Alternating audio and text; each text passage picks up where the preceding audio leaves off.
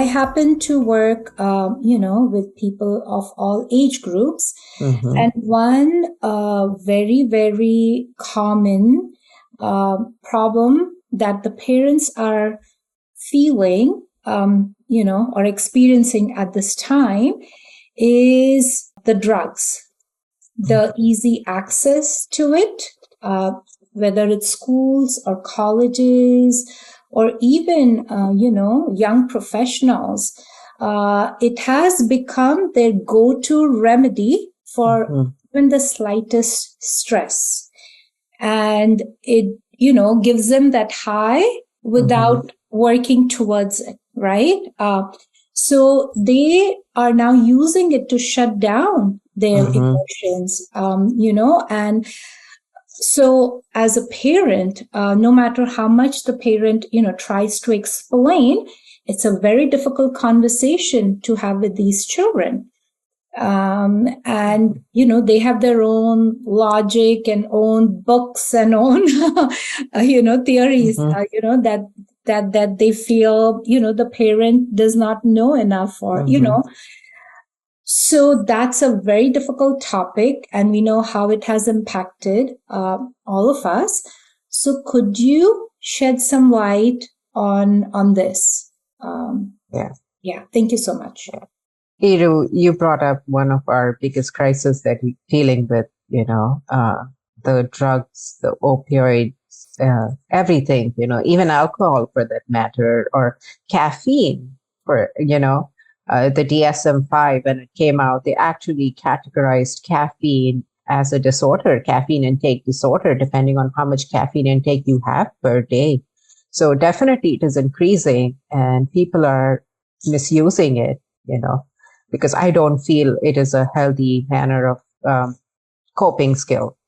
You cannot drink or use some substances to, mask or run away from your emotions. All you're doing literally is running away. You're avoiding it in the moment. And what's going to happen is it's just going to pile up and it's going to get worse. Because when you're under the influence of substances, your brain kind of does not function normally how it's functioning. All the hormones, the different chemical secretions are messed up. Let's put it that way. I'm not going to go too much into the details and physiology of it, but all that balance of how and what chemicals need to be secreted are changed. There are different centers of our brain that are active and different centers that are not active, and it can cause so much harm.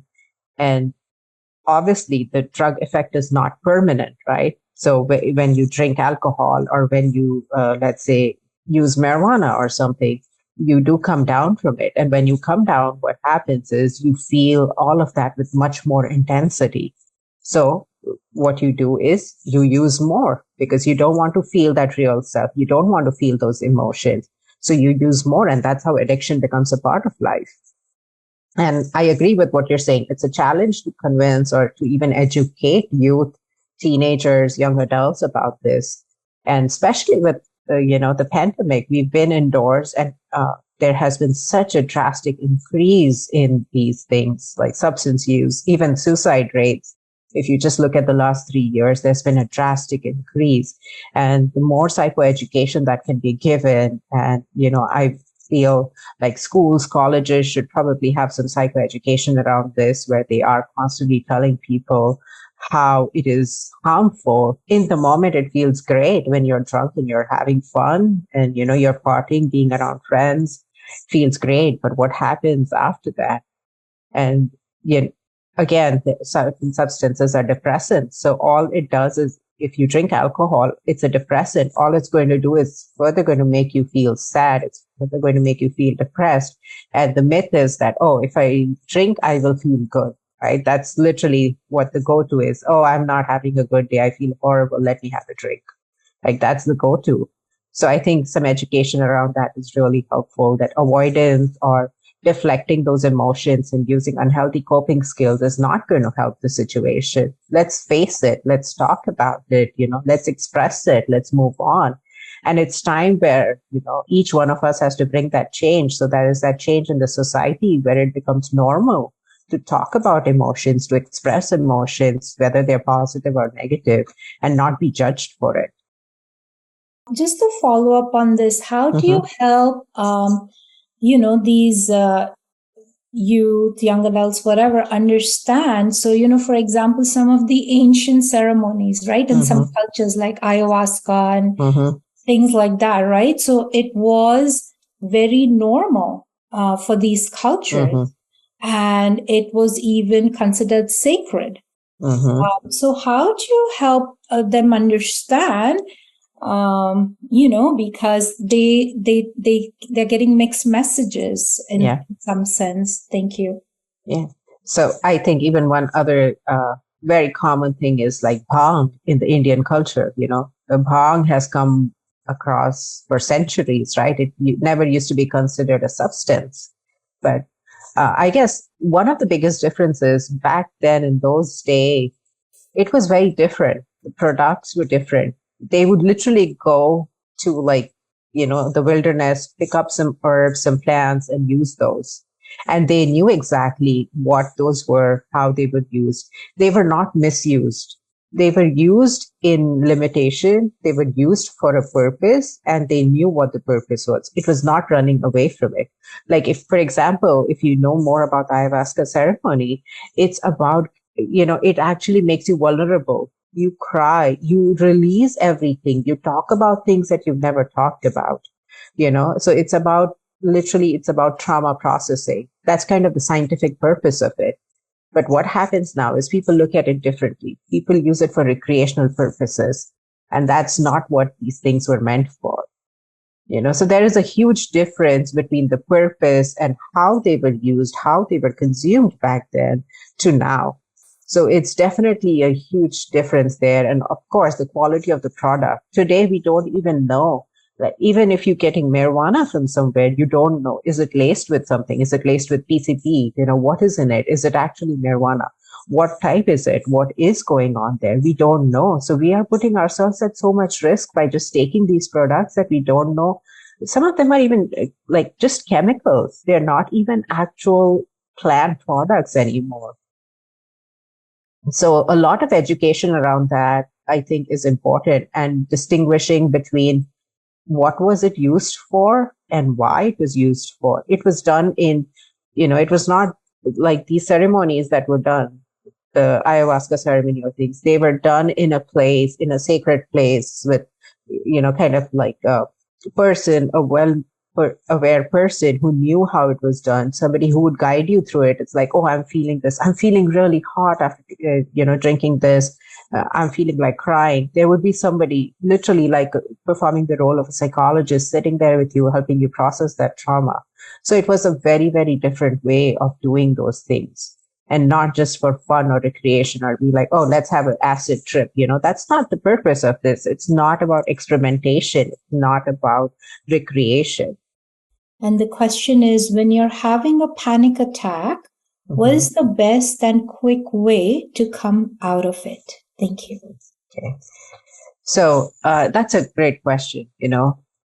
One, to identify that you're having a panic attack in itself is a step closer towards recovering from it.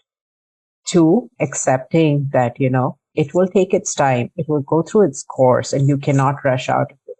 That is really important. It cannot be like, oh, I'm having a panic attack and you can, snap out of it. That's not how it works. Your system has been activated and it needs time to deactivate.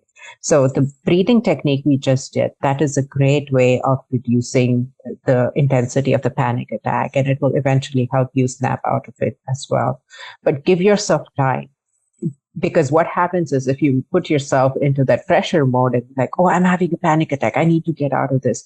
What you're doing is you're creating more anxiety about the anxiety that is already there. So it's like adding fuel to fire. So what you need to do is you need to activate your parasympathetic nervous system. And that can be done by meditation, listening to music, walking, using your 5 senses, deep breathing.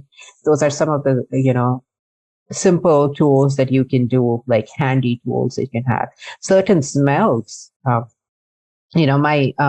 book, The Self-Help Guide I've written, is all about how you can manage your anxiety using senses. The smell.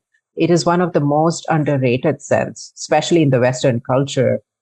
Smells are always considered like body odor is a big thing. Or if you don't use deodorant or perfume, each one of us have a specific, body smell. I wouldn't call it body odor. It's just something that is generated and is unique to each person. And that's how animals recognize their owners or different people. It's by that smell your body generates. And there's a taboo around it. So, being aware about smells and using that sense as well, along with your other senses, is extremely important. Like I remember the smell of barbecue for some reason makes, literally takes me back to like very, can say like a spiritual state of mind. And I guess it is related to growing up in India and having ceremonies like, having the havan where there is fire and there's, some kind of other rituals associated with it. So that smell of barbecue, which is like the wood burning smell, is somehow very soothing for me. It's very pleasant for me, So things like that, like I'm not talking about smells as in using a perfume or something like that, but smells from the nature that you can associate to. So those are helpful. And deep breathing is a tool you should have in your pocket all the time. Whether it's simple anxiety or a panic attack, all of those deep breathing will be helpful. So what advice, would you give to the parents? Because that is something very, very common, Mm-hmm. and like, like even growing up, it's like, of course we're going to be worried because I'm a mom. Of course, like we normalize it. So yeah, Mm-hmm. So thank you so much. Yeah, I mean, I'm a parent myself, and having tween and teenage kids is a challenge and it's a daily stressor. But I think, again, I have to remind myself it does not happen automatically. So, I think that is something that we all have to do, that you remind yourself that this is a phase. This is going to change. These difficult stages of life are not always going to be the same. And again, rationalizing things here by reminding yourself that they are not, and those kids are not acting that way. Or, if you're a child and you have older parents that you're caretaking of, that they're not acting that way deliberately. They're not trying to make your life difficult.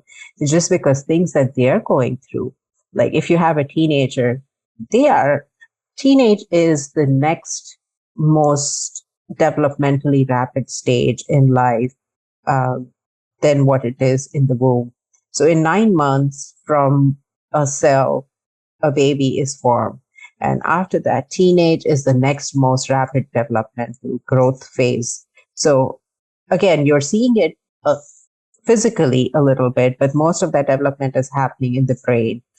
Like puberty, all those changes, everything's happening. So there is some that is visible outside, but a lot more. I want to say 80% of it is happening internally. And so it is a challenge for the person who's going through that to deal with it too. And I think being mindful of that can actually change it. That my child is not being difficult because he or she wants to be difficult, but he or she is going through something that is making them react or behave in this manner, that they're not able to be empathetic. They're not able to understand things the way I would like them to understand. And sometimes, even as a parent, I think I have learned this the hard way. You need to step back and you need to let your child experience things and learn from those experiences. It is hard. And like I'm saying, this is my first-hand experience. I'm talking as a parent right now. It is extremely hard, but you have to do it. And I think that's when your child learns. And when you see them learn from that, you feel like, okay, no, this is helping my child. This is a growth factor here.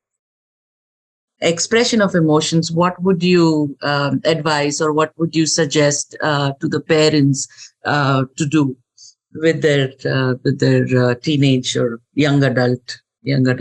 Yes. I think, one of the important techniques that I tell a lot of my patients is the timeout technique. It's something that we think is only for a child, a young child.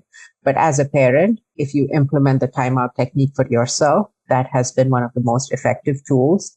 Like when you're in a situation and you feel like, okay, this is getting too much to handle, or, I am getting really triggered by this. My son or daughter is disrespectful, is not talking to me in the right way, is not behaving in the right manner.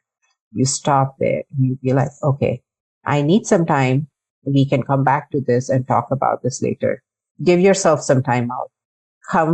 Come to a place, move away from that place. You have to physically distance yourself. You have to move out of that situation, go to your room or go step outside the house.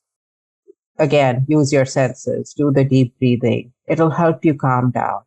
And when you're calm, you're able to think more rationally. You're able to think about the situation. You're looking at it from a different perspective. So that is going to help you. Because what happens is your child is activated. If you get activated too, you're just going to clash heads. It's like a bullfight and nobody's going to win. Both are going to get hurt there. So you have to step back, calm down, and then come back and try to address it. And what happens is if you tell that to your child, it's not going to work. They're going to be like, I'm fine. I don't need to take that time. I'm fine. You're overreacting. They have that immediate defenses that come in. So when you do that, they automatically are taking that time out, right? It's actually a timeout for them too. So it helps them step down, think, calm down. And so when you come back and talk about it, the whole situation is different. And then it is important to address what happened back then in that. It's not about, avoiding and not talking about what happened there. You can say that the way you were talking, it hurt me. Using I statements, like I felt hurt with the way you were talking to me.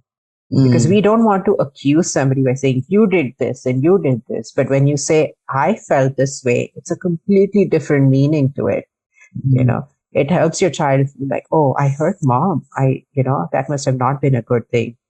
Yeah, I sent the question because I couldn't get the response. How to handle silent treatment from another person in any relationship? Excellent question. Silent treatment is what we call as being passive aggressive. So, you have aggression, but you're being passive about it. You're not expressing it. So that is one of the actually most unhealthiest ways of expressing your emotions, where you're expressing, but also not expressing at the same time. And it can be very harmful, especially in relationships. I usually see that between couples or sometimes between parent and child. That is a common pattern seen. One of the ways to do it is, in the moment, it is hard to do anything. So acceptance that, okay, this is the way this person behaves, or this is the way they cope with that. Accepting that and not letting it impact you as much. Again, when you cannot change the situation, what you do is you change how it impacts you, because that is in your control. You cannot control how other people react to it, but you can control how it affects you or impacts you. So doing that and giving it some time. So after some time, when things have eased out, you can address it. Again, coming back to the topic and talking about it is very important. So let's say, the moment has passed, things are okay the next day, and you can talk to your partner, if that's your partner, or whoever the person is, that, I'm noticing this, that when I try to talk about something, you shut down. And it's really hard for me, again, using I statements and expressing how it impacts you, not telling them that, oh, you keep quiet or you give me the silent treatment, but in fact, focusing on expressing that I feel this way, or this is how it affects me, and talking about it. Again, it's not something, don't expect miracles. It's not going to change overnight, but when you do this over time, it will create some realization in the opposite person that, okay, I'm doing this and this is something that hurts my wife or hurts my mother or whoever the other person is.